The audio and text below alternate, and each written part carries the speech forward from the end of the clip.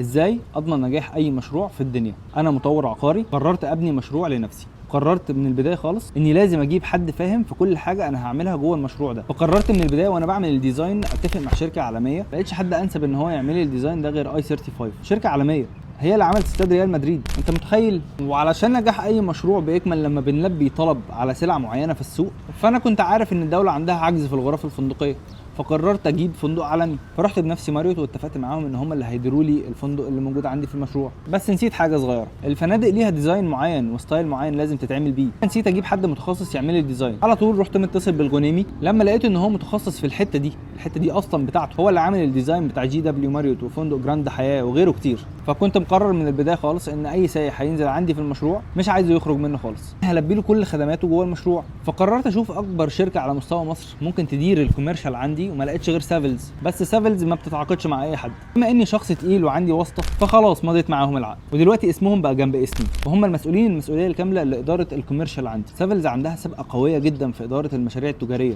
هي اللي بتدير اركان مول في زايد، ده من انجح المولات على مستوى مصر.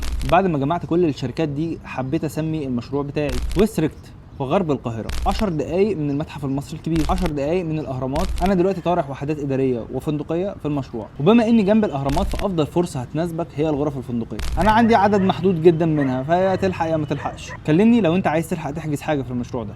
مع السلامه.